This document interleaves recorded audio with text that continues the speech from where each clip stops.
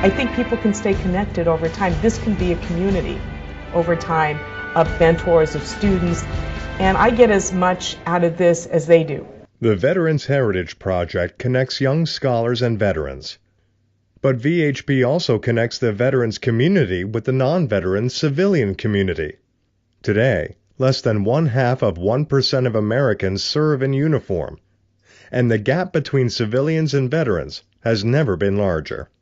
Actually, when I came home, I never even talked to my own children very much about the war. I was done with it. I wanted it over with. But there is a value to get that out to students. Without knowledge of service and sacrifice, the civilian community lacks the information needed for understanding the public policy and support systems our veterans need. Former chairman of the Joint Chiefs of Staff, Admiral Mike Mullen, repeatedly voiced his concern over this widening gap and its effect upon national security and public policy. Veterans are an American treasure, and the youth of America needs to see that. VHP helps close that gap. And it's not just the young scholars who get to know and honor the veteran. It's parents, schoolmates, teachers, and administrators.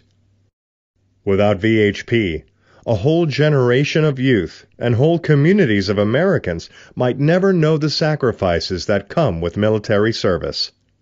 Young scholars sit face to face with veterans and hear their stories, write their stories, publish their stories, and advance their stories. There is no history better than that. Passionate students who pursue excellence throughout their academic life have the potential to raise the bar for informed and powerful leadership across our nation, especially when it comes to issues surrounding veterans.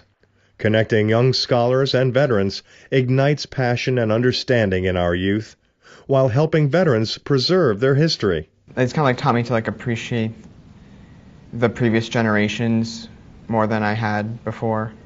And I think it's showed me the life I have today I owe because of what they've done.